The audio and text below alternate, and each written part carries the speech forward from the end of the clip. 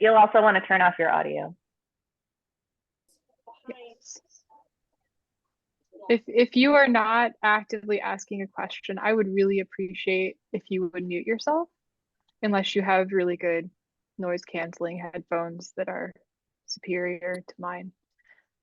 Okay. All right, so hello and welcome. This class is about Katazome, which is Japanese stencil dyeing. A brief overview of how this class is going to work. We are going to cover two topics today. The first topic is going to be a brief overview of the technical process of Katazome, some examples of what Katazome look like in period, and a little bit about how to do it yourself, but that is the subject of a much longer class that would probably take several months. The second thing that we're going to cover is how the technology was developed in Japan over the course of from around the 8th century to the Momoyama period, which would be the beginning of the 1600s. So because a lot of people have not seen what Momoyama era stencil dyeing looks like, as well as in period stencil dyeing, and we have really wonderful examples in modern kimono, but not in period ones. I'm going to pull up some in period examples so we can look at them, just so that we know what we're talking about.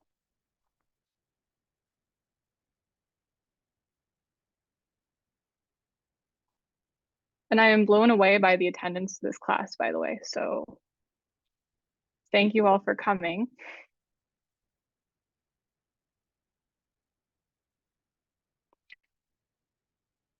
I'm actually waiting for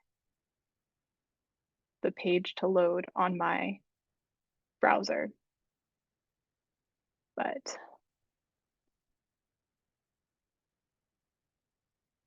all right, let me share my screen. Thank you all for your patience. Share screen.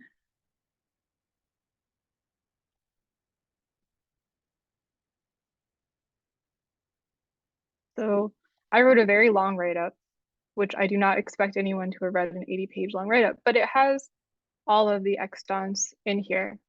So you can go look for yourself. And of course, they're not loading for some strange reason. Here we go. So this is probably my favorite in period stencil dyed piece. It was worn by the warlord Kenshin, and it used a complex two-part pattern dyeing to achieve the colors.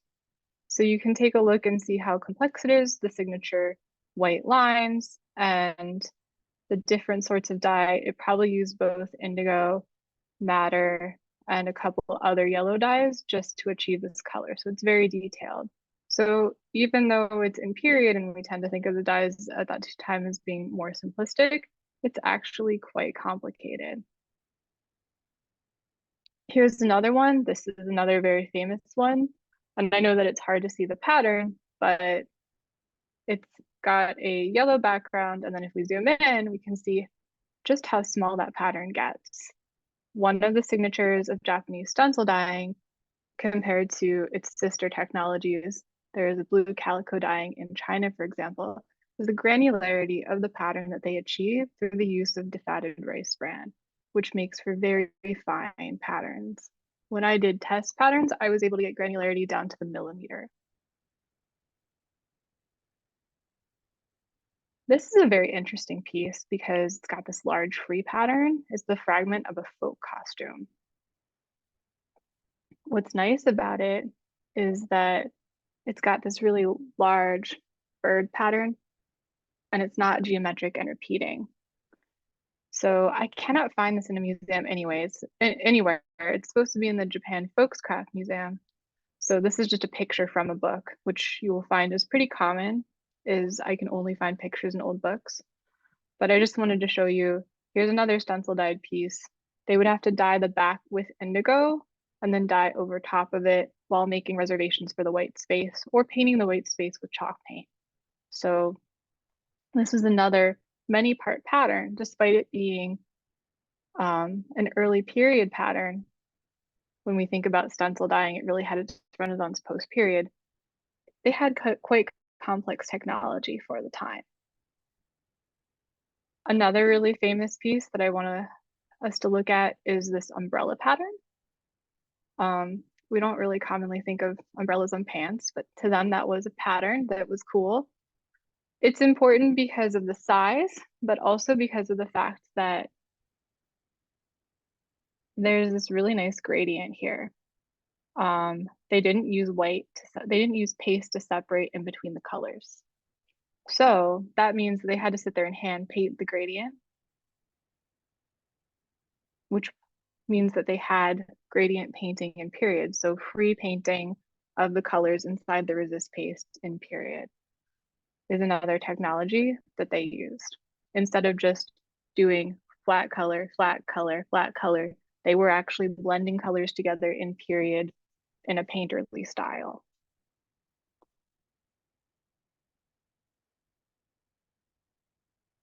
And then finally, another good in period one that I'd like us to take a look at. This is actually leather. It's a jacket. It was owned by Oda Nobunaga.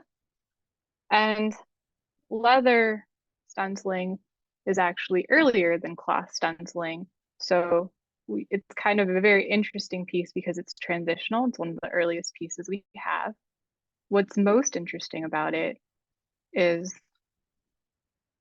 this is a sort of pattern that we tend to see much later post-period in the Edo period, and everyone associates this with something called Edo Komon. Edo Komon means Edo period, and then Komon means little pattern, basically. And because of sumptuary laws, people made small patterns, but they were actually popular before the sumptuary laws existed, especially among the shogun. And apparently on deer leather dobuku, which is the predecessor to the haori. This part here was not stencil dyed, it was most likely hand painted, which is something that you'll see over and over again. The little crests themselves are usually hand painted. So please don't think this was stencil dyed, it was not. This part was. Okay, so I'm going to pause here because I've talked a lot. Any questions on the representative extents of the late period?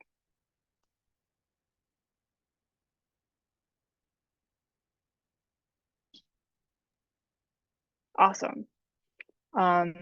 Any other sorts of extents from late period that you were hoping to see that didn't see that I should pull up for you, or anything that you feel is missing from the section that you would like to know about? Okay, I will take your silence as thunderous applause, and then I want to move to actually, we're just gonna watch a video together because I want everyone to see what the process looks like. The process is intense. I have done it several times this year. It took me a long time to get all the materials and set them up. I'm gonna try to move this. Let's see if I can share what the process looks like. So here's a brief overview of the process. This is the stencil dyeing process, just in its sort of entirety. There isn't a lot of variation from what they were doing in 1300, which is when we had the earliest stencil dyeing examples, to now. That's pretty much the same sequence of events. The small variations are in the types of tools used to lay the paste and the quality of the resist paste itself. One of the things that I've been reading from a Japanese stencil dyer who's very accomplished is the modern rice crop, which we use to make the paste, is different. And then he complains about it because it's high yield starch and it was cold processed in period. It's not cold processed now, it uses heat to refine. So these create, actually, in his opinion, a less quality paste. But then we go on to see that we can still make paste with a granularity of 1 millimeter, 0.5 millimeter if we work hard. So we shouldn't complain too much. We should try to do the best we can. And then just complain a little. When we have a bad day, we can just complain. So my point here is that it's a kind of an involved process, and it didn't come out of nowhere, because if we count the steps here, we're already over 10 steps.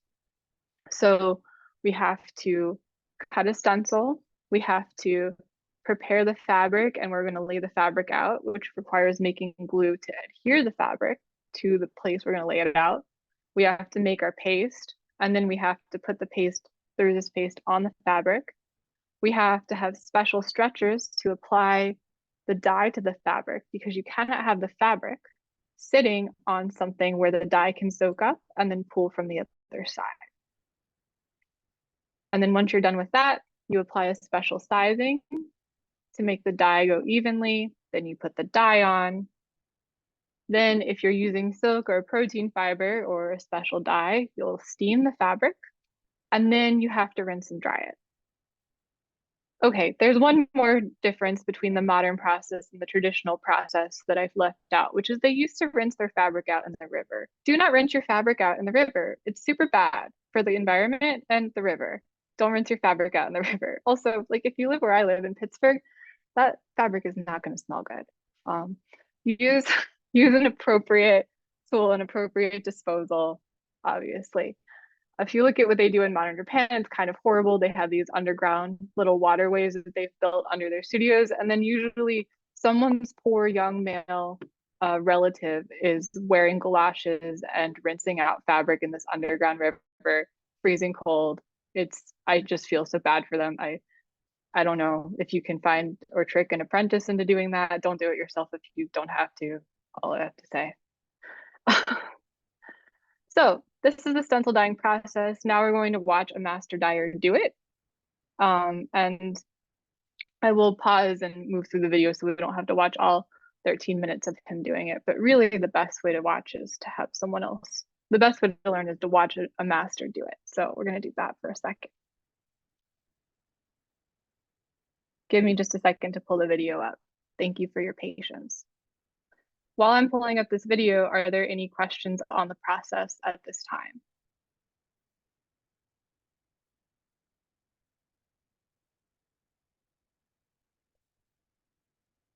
Okay. A lot of people and no questions, so I hope this is a good thing. All right, I'm gonna make this full screen, which I cannot do while sharing on Zoom. So I'm going to now share the screen here in Google Chrome. All right, so can everyone see this gentleman? Who I know he's wearing a Russian style shirt, but he is in fact, I think in Kyoto. Okay, good. Thank you for nodding, Ado. All right, so you can tell he's very old school. He does not even draw with a pencil. He is drawing his design very confidently with a pen. So he's very traditional. I love him. He uses the old paper. Everything's old school. He's great. So he's going to draw out his design. He's making a small curtain. So the first thing he does is like, this is what I want to do. So he draws it out. And then he kind of gets a rough idea of the colors he wants. He's just using little kid watercolors. I recognize those watercolors are the ones I recommend to be getting scribes. So just putting on his little kid watercolors. And now he's got out his stencil paper. This paper is very important. This is one of the big main ingredients for doing stencil dyeing is this Kakishibu Katagami paper. It's made using persimmon tannin, which comes from unripened persimmons, and then it's also smoked. It is ungodly expensive. It smells absolutely wonderful. Many modern dyers have actually moved to using mylar because it's prohibitively expensive, and I understand it. There's also a chemical paper variant that works pretty well as well. But if you ever get a chance to try the traditional paper, I encourage it. I imagine this is what like forests in heaven smell like. It smells so good.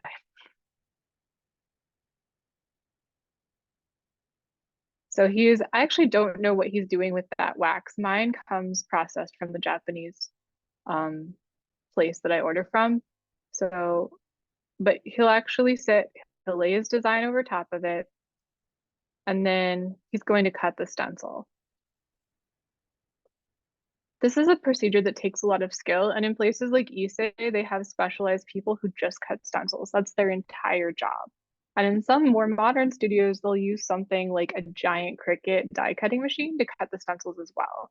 All of these are valid choices for your reproduction. In period for your persona, going to a stencil cutter is a valid choice. Japanese crafts thrive through specialization. Don't feel the need to make your own katagami paper or your own stencils if that's not something you're interested in doing, if you don't just want to do the dyeing, because specialization in Japan is totally in period. So he is knocking this out. And I'm trying to get to the next part. So he has his cut stencil, and now he's going to lay the gauze. So what this gauze does, and it used to be silk, and you can sometimes still get the silk gauze, but now it's mostly Tetron, and it doesn't really make a difference, is the gauze strengthens the stencil. If you look at his design, you see he has some floating sections where he doesn't actually want there to be, I was pointing with my finger instead of the mouse, where he doesn't actually want there to be anything. He's just using those to support the paper until he can cut it away. The gauze is what's going to let him cut that away. So that's how you have the floating section. Like if you want to have a pear inside of a circle, but not actually have the pear connected to the circle, that gauze is going to let you do that. The way they adhere this gauze traditionally in Japan is with urushi. I don't recommend you use urushi unless you have a curing room and a full respirator. You can absolutely use something like Boatcraft house paint that's black and then do a layer of polyurethane on top of that. It will get you the same effect and you won't have to wait 3 months for it to cure. He uses something called cashew lacquer. I wish I could buy it at the prices he buys it at. It's like $60 an ounce over here because of import restrictions. So he's getting the gauze wet. This helps it lay flat. This video is also linked in the handout, so you can watch the whole thing yourself. This is just me going through the process with you at kind of lightning speed. And now he's going to lay on. Once he gets the gauze flat, he takes a basic horsehair brush and then he just lays this. This is kind of a more modern paint. It's called Atom Cashew. Pretty much everyone uses it because it's safer on your lungs than actual urushi.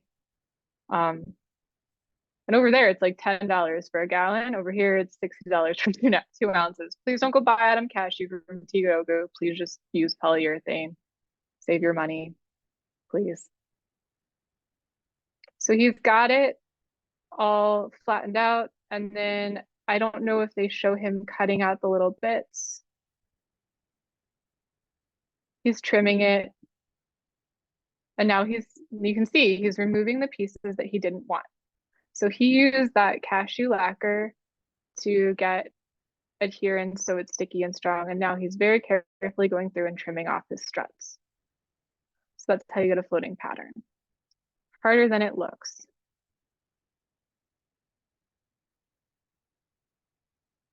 And the rest of it is just refining and working through the stencil. Now he's got his fabric and he's going to lay it down on his pasteboard.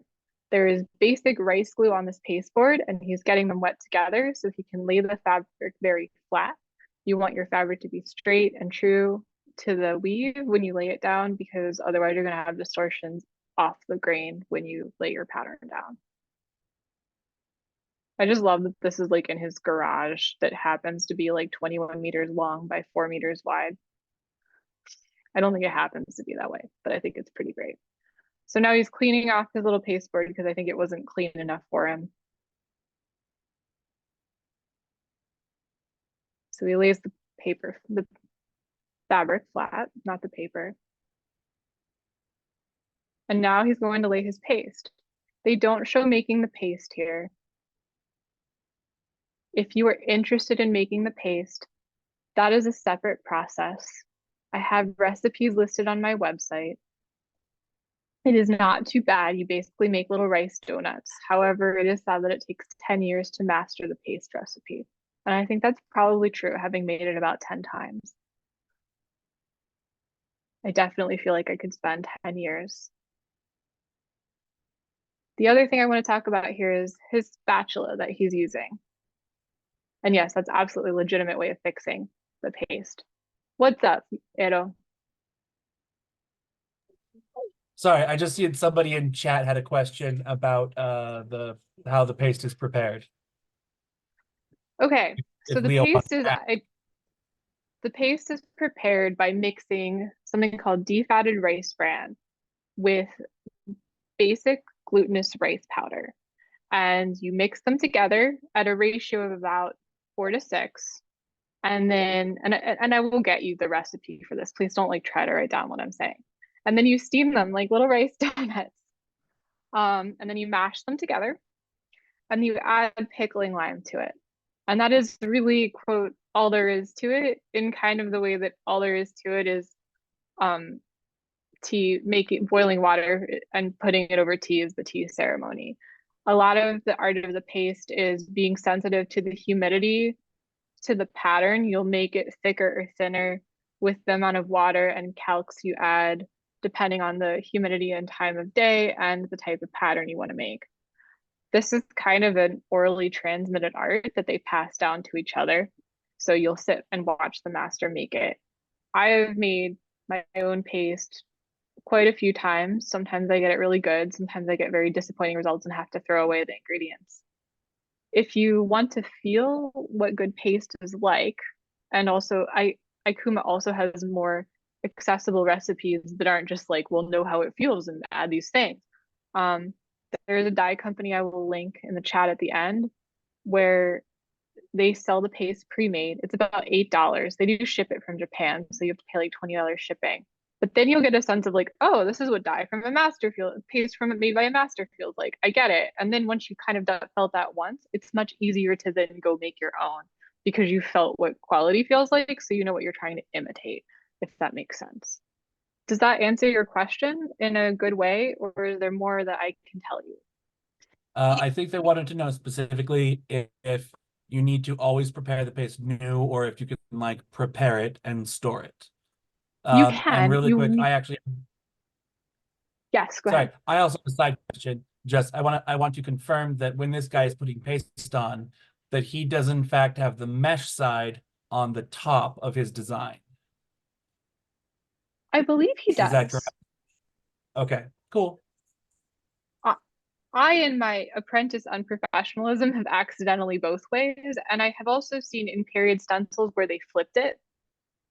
So I don't know if the direction of the mesh matter. Like if you look at Tokugawa's crab robe, which I can show you later, the crabs are flipped sometimes, and sometimes they'll do the pattern on the opposite side as well, where they'll have to flip the stencil.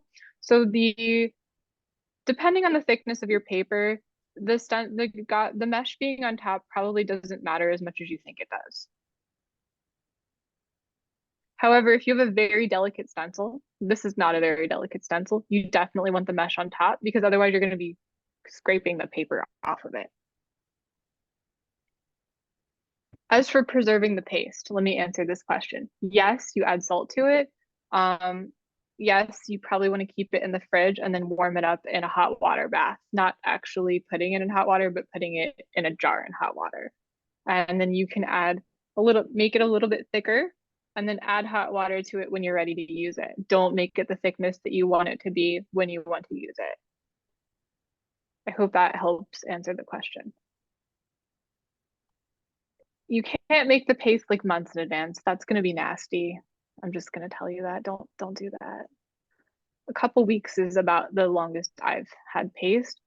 Whatever is in the paste from my Kuma, it keeps for several months. I don't know what it is. Don't put it in your mouth. Don't put it in your kid's mouth. You know, you get it.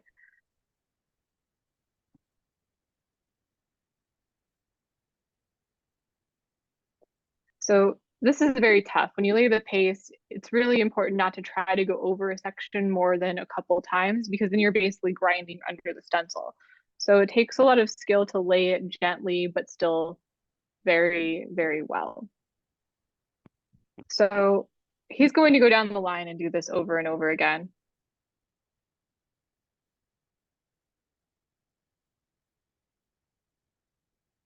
And I'm trying to get to the part where, so now once he gets it off the pasteboard, he's going to put it on these special stretchers, which are actually just little bamboo stretchers. And then he has these big fabric clamps with metal teeth in them. And this stretches the fabric taut.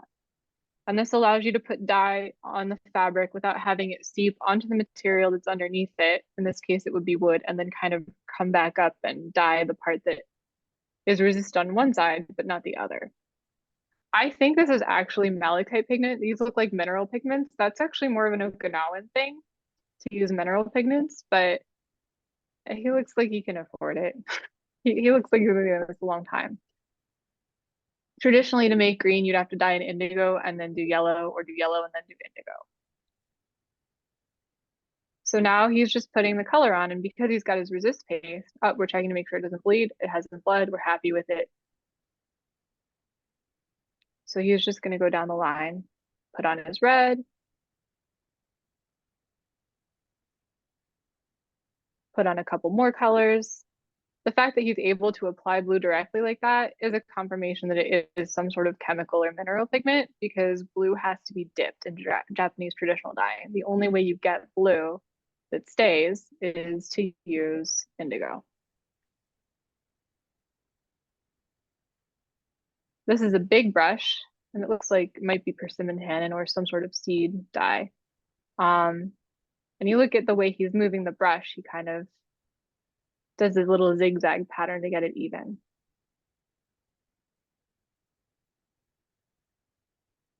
And he is done. Lets it dry.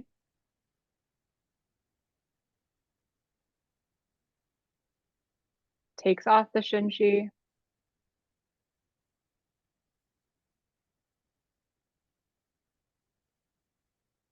Now he's got to clean it. So he's cleaning it. You have to scrub all the resist paste out gently so you don't regrind dye into resisted areas. He's checking to make sure he's happy with it. And then I think at the end we get to see his little curtain. Yep, and there's his curtain for his shop. He's all done. So that is the stencil dyeing process in as brief a way I can make it. When I do it, it takes me about a week or more. So I've condensed it down into 10 minutes. I hope that is acceptable. Any more questions about the overall process or technique? I'm going to try to look at chat. How did those shinchi attach? I couldn't quite tell. So the shinchi, and I wish I had one up here, but I don't, and it's like all the way in the garage. It's just a long thin bamboo skewer, and it has 2 points in it. Basically, you can make them on your own with just 2 pins that you cut the heads off of. And then you just have these very sharp little pins. It goes in one end, and then into the selvage, it digs in, and then you have another sharp end in the other, and the tension of the bamboo kind of holding the fabric like the bow string of a bow is how it stays in place. Okay, so it's a pin, not a clip or anything. Yes, it's a pin, not a clip. This particular one he'd have to do on the right side up. It has kanji in it.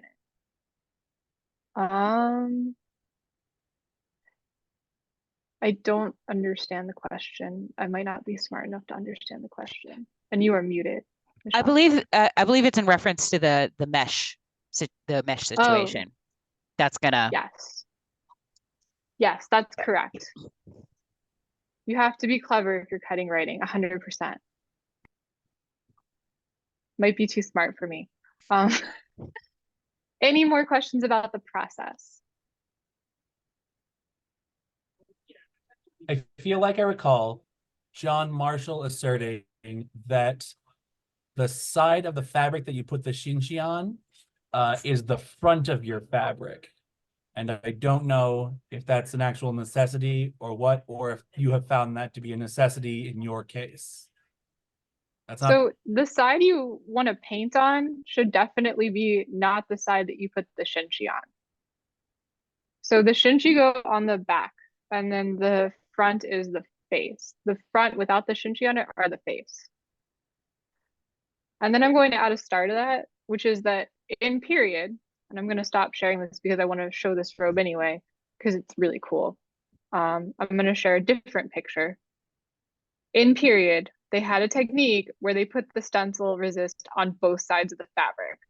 So it looked extra pretty, and the pattern was exactly the same on both sides, which is hardcore. And so then it's a meaningless question because both sides are the face. But for me, when I paint it, the side with the paste is your face side, and you put the shinshi on the underneath. The side without the paste on it if you only have one paste inside. And then I'm going to show you this awesome crab robe, which I definitely made a replica of, which is not nearly as nice, but it exists.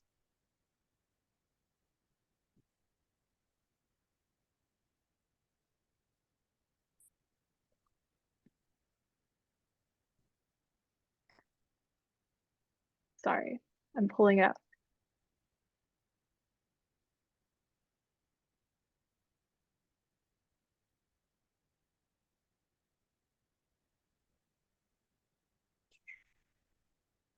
So if I pull up,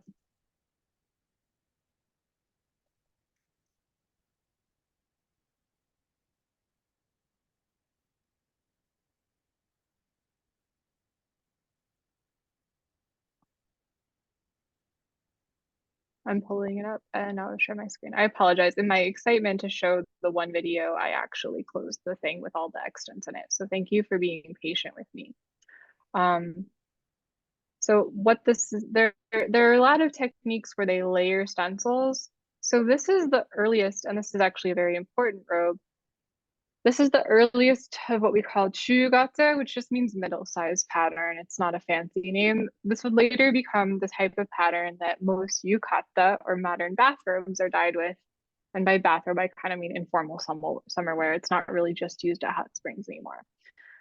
This is almost post-period. It's Momoyama period, maybe Edo period. No one really cares in Japan. They're just like, it's kind of from this era. They don't have a 1600-year cutoff, so they don't really, they're like, Ieyasu owned it some point in his lifetime. Someone made it for him. Ieyasu owned it. Yeah, so they're like, we don't care.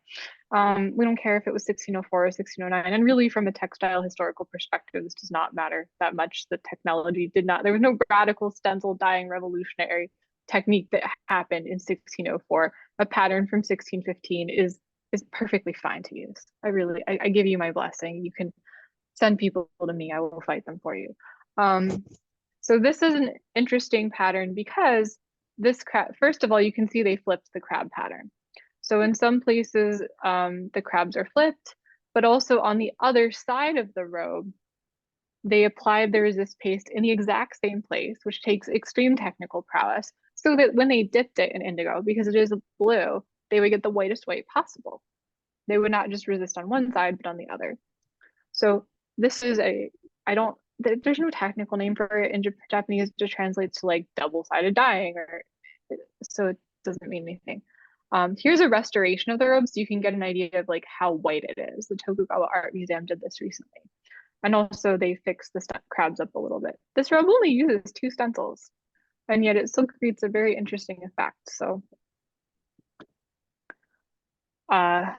there's also a lesser known one, which is a sister robe to it, which uses his family crest.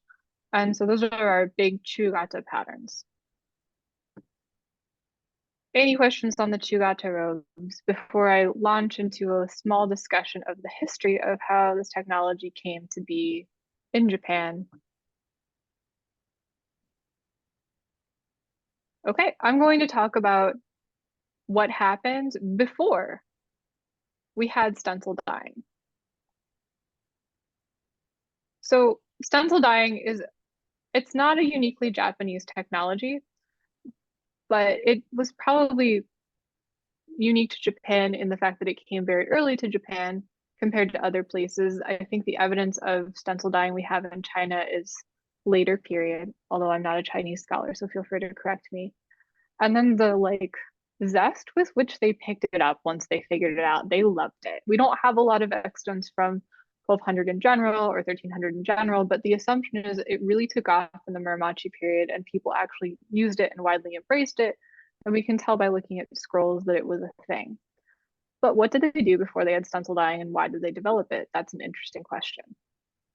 I want to show you these 2 pieces of paper. They're from the Shoso in repository. They are from the 8th century. It is the first usage of a stencil that we have in Japan. They actually just took cut out pieces of paper and flecked over the cut out pieces of paper and then pulled them away. So this is the inverse of stencil dyeing. But this is when someone first had the clever little idea to be like, oh, I can use the stencil. I mean, it might have happened before then, but this is the earliest example we have. And there's another piece of paper, so it's not a one-off. And then we have this, which is hand done. It is not done with a stencil. It is done on leather. They put the resist on a piece of leather. We think it's rice paste, we're not sure. And then they smoke the leather and remove the resist. It was a box cover, not a garment. But it's an amazing amount of detail for the 8th century. This is actually a pattern that they still reproduce today on obies. They like it so much. What was very popular in the Nara period, and eventually just kind of disappeared and nobody really knows why, is clamped board resist. This is actually someone carved a board with this pattern. Wherever there's white, that was where the wood was coming out. And then they had individual holes that they would open, submerge the fabric in the dye bath with it clamped between two identical pieces of wood with this pattern on it. And then they'd pull it out. I'm not going to show the video in class because it would take a very long time, but there is actually a gentleman who remade this entire textile in Japan. He is on this link. You can watch the full video. It is very cool. And actually his comes out looking better, so you should definitely watch it. But this was done through compression. The descendant technique of this is shibori, which I think we had several classes on today, compression resist. So if you see clamped board shibori where it's just two simple pieces of board that came from this, the stitch shibori is another example of compression, and so is tying it up with string.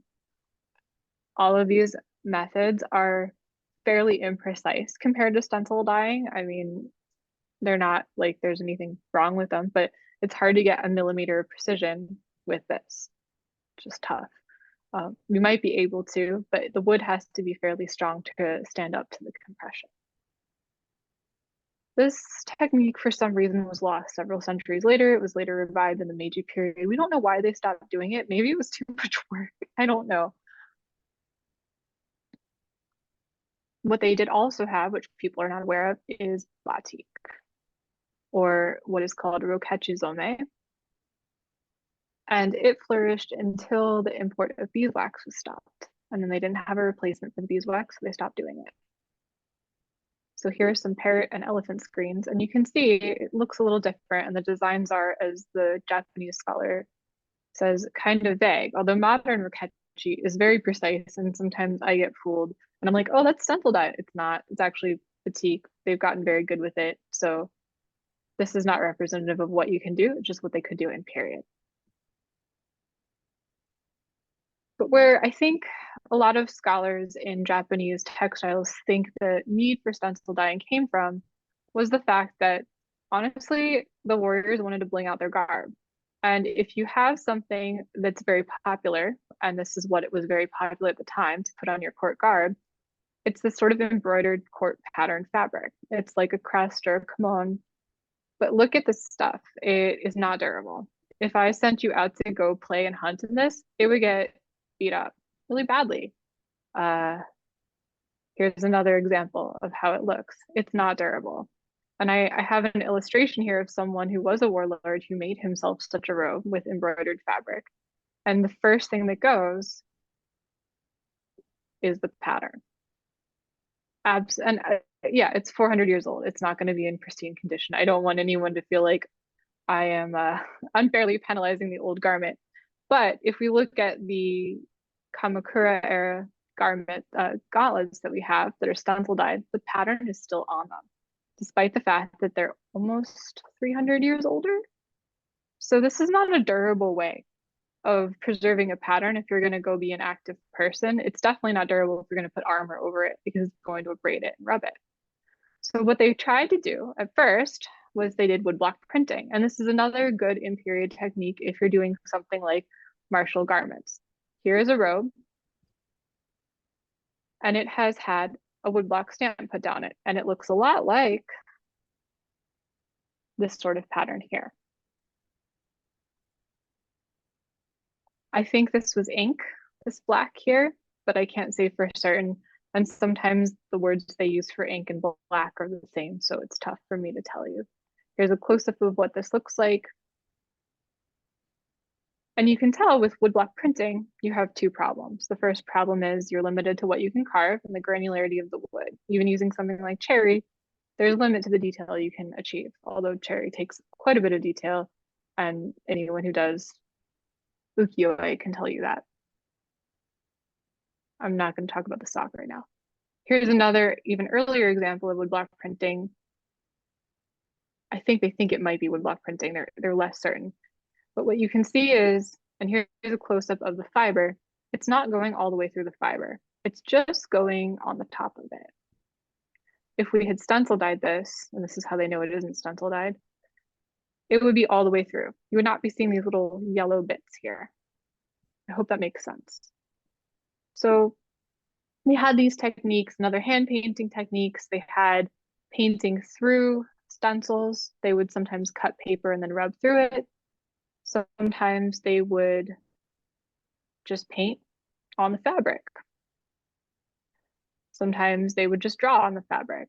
Here's mineral drawing on the fabric in period with a brush. Absolutely phenomenal.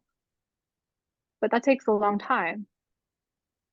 And what they had been doing was they had been stencil dyeing their armor. Not really in the sense that we think about it with resist, but they would cut a piece of paper and then they would stamp it into the leather, and the leather's compression would create that seal that the rice paste normally does. And then they'd paint on the open areas. So the theory is that basically they had some technologies from leatherworking, dyeing. They had some technologies from gold leaf stenciling, and they had a desire to have durable patterns.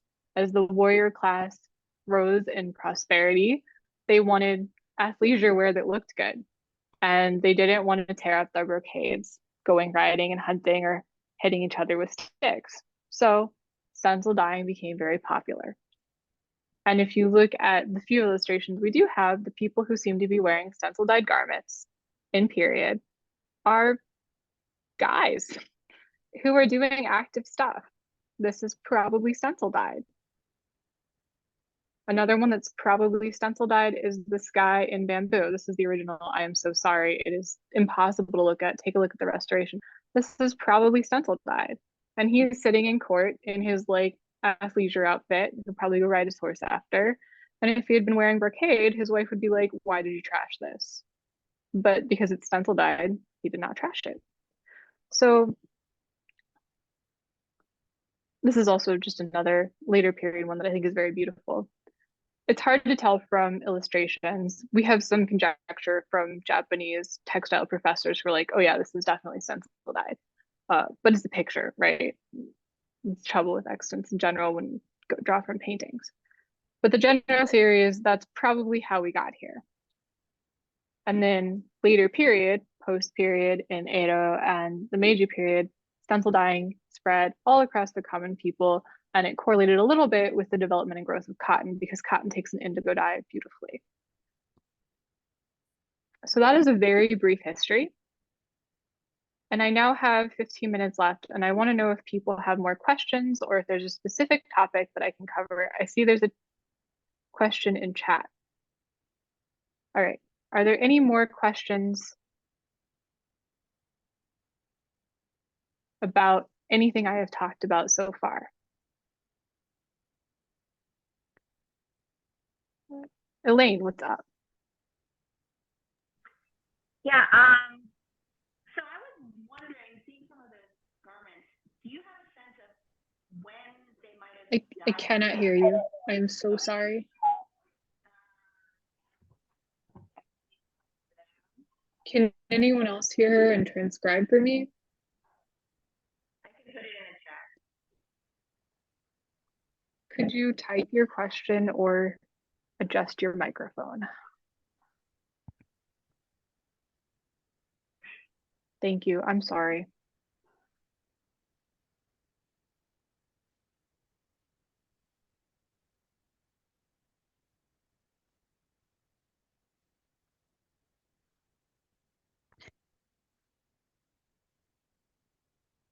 I had a thought about the wood stencil ones. Yes. What's up? I know with like ukiyo-e and like the other wood block, you can get a lot of detail, but it fades quickly. Mm-hmm. like every press you get less precise.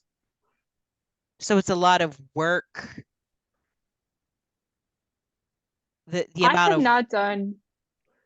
Go ahead. I'm sorry. I mean, I haven't done it personally, but that's what I've heard from other people that as you use the compression, those like little fine lines in wood sort of fuzz out a little bit. So you get only so the later prints are fuzzier than original prints, which would That sounds right to me.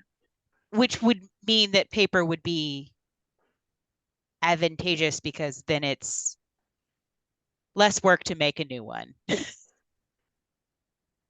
Oh, I can answer this question from Elaine, but let me finish my conversation with Wilby. I see your question, Elaine. I'll answer in just a second. I've only ever done like paper woodblock stuff, and I never carved anything super fine. I will say that they did seem to make bigger patterns, very big patterns with the woodblock stuff. So I guess that would be, but it doesn't mean that you can't do woodblock. I know that a lot of people like to do woodblock, and it's very accessible compared to stencil dyeing. So I don't want to discourage people from it. I just think that if you want to do a very precise pattern, like come on, you might be happier doing stencil dyeing. Did they dye and paint the garments before assembling the garments or after, or if it does it just depend on the situation? Okay. In general, and this is a fair question because some of these patterns definitely span across bolts, right? In general, because of the way the shinshi work, it's kind of a lot of work to go order new shinshi just for a tailored finished garment. So, and they work best on the selvage edges of the fabric. I have done it on non-selvage edges. It's fine. It's just a little tough on it. But Japanese dyers are picky and they'll probably say, no, don't do that if you ask them. Whereas I'm like, do it, it's fine. It'll be a little bit less nice, but it's fine. Generally, yes, they would probably, what you want to do if you have a layout that spans multiple panels is in period, you would get this dye called albana, which is a fugitive blue dye. You put it in water, it goes away. And it's actually a very valuable dye because of this. You take your albana pen, you draw where you're going to put your pattern. Once you've basted the garment together, yes, you baste your garment together, you draw on the out with the albana pen. This is the layout. And then you pull the basting apart, and then you mount it up on the shinshi, and then you dye it. And then when you go to wash it, all your blue pen marks are gone. You can still buy Albana today. I will warn you, do not buy a lot of it. It's hard to get. And Tanaka now is like, don't be a jerk and order more than the small bottle. Leave it for others. So don't be a jerk and order more than the small bottle. Leave it for others. Does that answer your question? I hope it does. Yes. Okay, cool. You also don't have to buy the like super esoteric blue flower dye. You can get modern chemical equivalents. It's okay. I wouldn't mark you down. Yeah. Any other questions? Any other like rabbit holes that people are interested in exploring?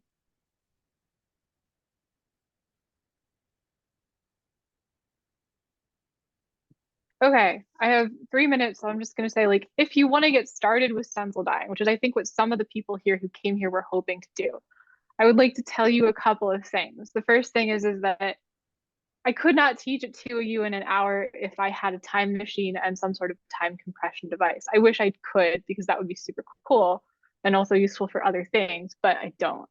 I would encourage you to get started. There is a store, I will link it in chat, but you can also just type it into Google where I have gotten like most of my help. I'm going to stop sharing because we're not looking at the screen anymore.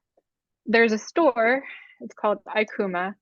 They have a Japanese person who speaks English and is super nice. And even when I send her terrible mangled stencil pictures of terrible work that I've done, she still praises me, probably because she wants to sell me brushes. But the point is they're very nice and helpful and the shipping is not too bad. So that is where I recommend getting supplies. They also have a lot of tutorials on YouTube. So that is nice. I'm not affiliated with Ikuma in any way. There are other places in Japan you can buy the supplies, but they require you to have a Japanese bank account and you get to go through the forwarder and a professional proxy, and that is not fun. unless you really enjoy that sort of thing. They have a lot of tutorials. One of the things I would say getting started in stencil dyeing is much easier if you can skip all the shinchi, harite, and other stuff. You could just cut stencils and then apply dye through the stencils with Stencil, which is basically just rubbing. That is a nice way to get started without having to learn to make the paste, buy shinchi, buy harite, buy all this other stuff and equipment you're not sure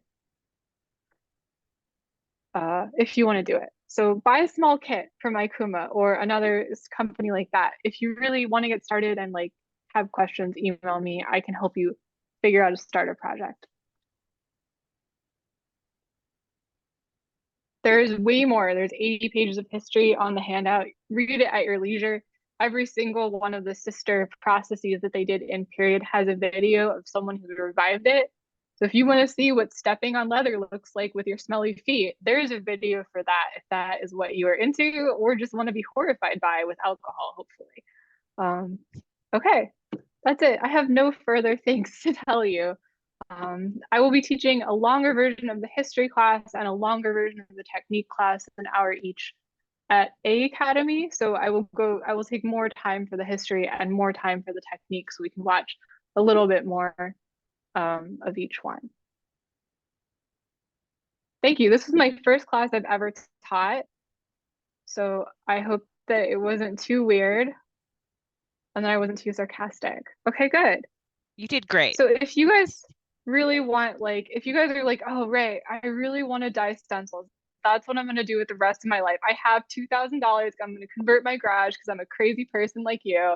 And we'll just like talk about it all day. Or if you just have like a casual, normal person question, this is my email. Send me an email here.